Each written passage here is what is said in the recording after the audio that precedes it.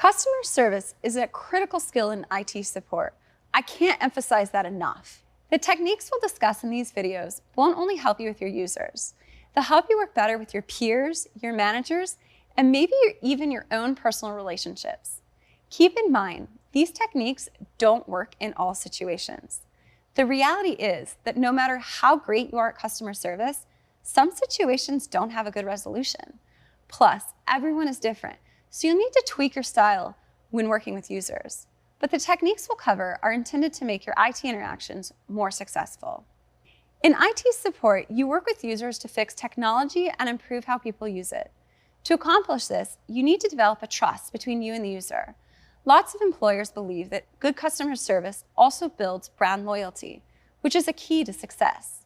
These lessons are meant to give you the foundational skills and techniques of how to deliver great customer service. Customer service practices can differ from company to company. So while we'll cover the key concepts of customer service in any IT support role, it's important to talk with your employer to understand the company's customer service approach. This will also give you an idea of how much freedom or restrictions you might have in the role. Spoiler alert, great customer service requires exhibiting empathy, being conscious of your tone, acknowledging the person you're talking to, and developing trust with the user. If you remember nothing else from this lesson, remember those 4 things. The most important of all of these is empathy.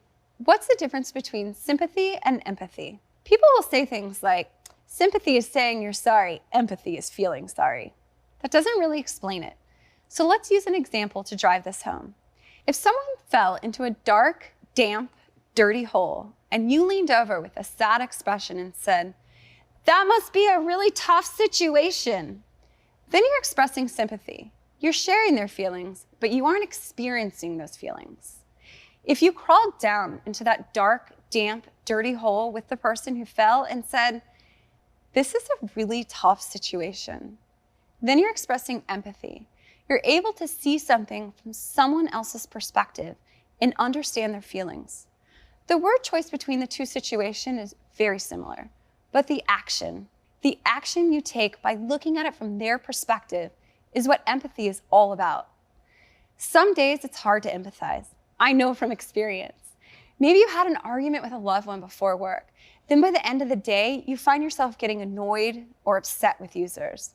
That's the moment when empathy becomes the most important, because anyone can showcase empathy when it's easy, but someone who persistently displays empathy will stand out as a kinder human and a more professional and effective employee. Once you have empathy down, you should think of your tone. Tone is historically thought of as how you speak out loud. In this technological age, when many of our interactions are over text and IT support is increasingly done remotely, tone isn't just about how you come off during an in-person conversation.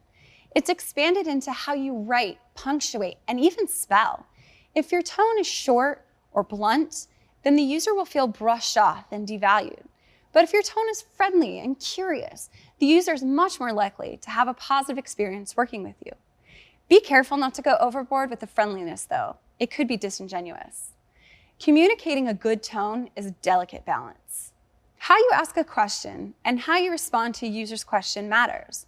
Let's say you tell a user in an email, "Turn your computer off and on again and it will start working." They'll probably never respond, and your company may have lost a customer because the tone is just too short and pretty unfriendly. While it gets to the point, it doesn't leave the door open to a conversation. What if instead you wrote, "Please try turning your computer off and back on again. This should update the change we made and fix the problem. If that doesn't work, just let me know." It's a little wordier, but it has a better tone of asking versus telling. Inviting them back to connect with you in case the issue isn't resolved leaves the lines of communication open. Tone can be especially difficult when you're supporting someone in a different region or country. Make sure to familiarize yourself with the local style, whether that's more conversational or direct, and adjust your style depending on the audience. In this day and age of text and email, it's easy to ignore what someone says. If a comment seems like a dig or it's just too much information provided, we tend to shy away from responding. It's also really common to forget to tell the user what you're doing while you're troubleshooting. That might leave the user waiting in an awkward silence. Whenever possible, acknowledge the user. This reduces the tension that might build and helps you understand how you're working toward a solution. Let's say you're chatting back and forth with a user. You're asking a lot of questions to better troubleshoot the issue. The user is answering them, but also makes comments like, geez, I already answered these in my last email, or I just want to know what's causing my problem. You choose to ignore this and continue on with your troubleshooting. You think you're close to solving the problem, and these side comments are just a distraction. But then the user stops fully engaging with you and only gives you half answers to your questions. Now you're not able to solve the issue at all. The user's unhappy, you're unhappy, and the company's unhappy. It's a bad situation. Instead of ignoring the user in that situation, you could have said, I'm sorry for asking these questions. Sometimes repeating them will help new information pop up. Or you could have said, sorry for the repeat questions. I don't want to give you a superficial cause when we could fix the root issue and you won't have to chat with us again. This helps them to understand your method and become part of the solution. It's important to acknowledge your own actions if you think they might otherwise confuse the user. Let's say a user contacts you to fix something. After collecting some information, you go radio silent. What's the user to do? Would they ask if you're still there? Would they wait awkwardly until you came back on the line? How long would they wait before ending the call or saying something? How would they feel about their interaction with you? Pretty awkward. But what if you said, I need to do some research on this issue. Would you mind waiting about 5 minutes or less while I do that? They'd probably say sure and keep themselves occupied while they wait. They'd also feel more confident in your ability to resolve the issue. This leads to the most important thing to remember when working with people, and that's developing trust. This is easy to do if you have repeat users. They see you every workday. One bad day isn't going to stop them from trusting that you know what you're doing. But in a transactional user base, where the user only contacts the company once or twice, how you interact with each user each time is going to break or build that trust. Why is trust so important? Without it, the user could be difficult to work with and could even ignore your advice completely. Empathy and acknowledgement are a big part of building trust. Without these, you'll find it difficult to connect with the user.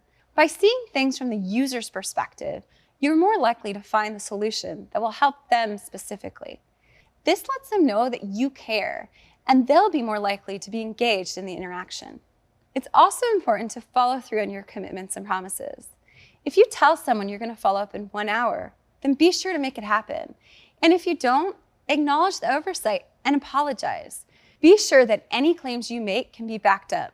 Don't make something up to a user because you think it'll help in the moment. Be honest with the user, even if you think they won't be happy about it. And never be afraid to admit when you're wrong. This might be the hardest thing to do with a user, but you'll find that your interactions are more successful this way. Being specific and empathetic with your apologies will give it more meaning. And remember, no one wakes up in the morning thinking, I'm gonna be a jerk today.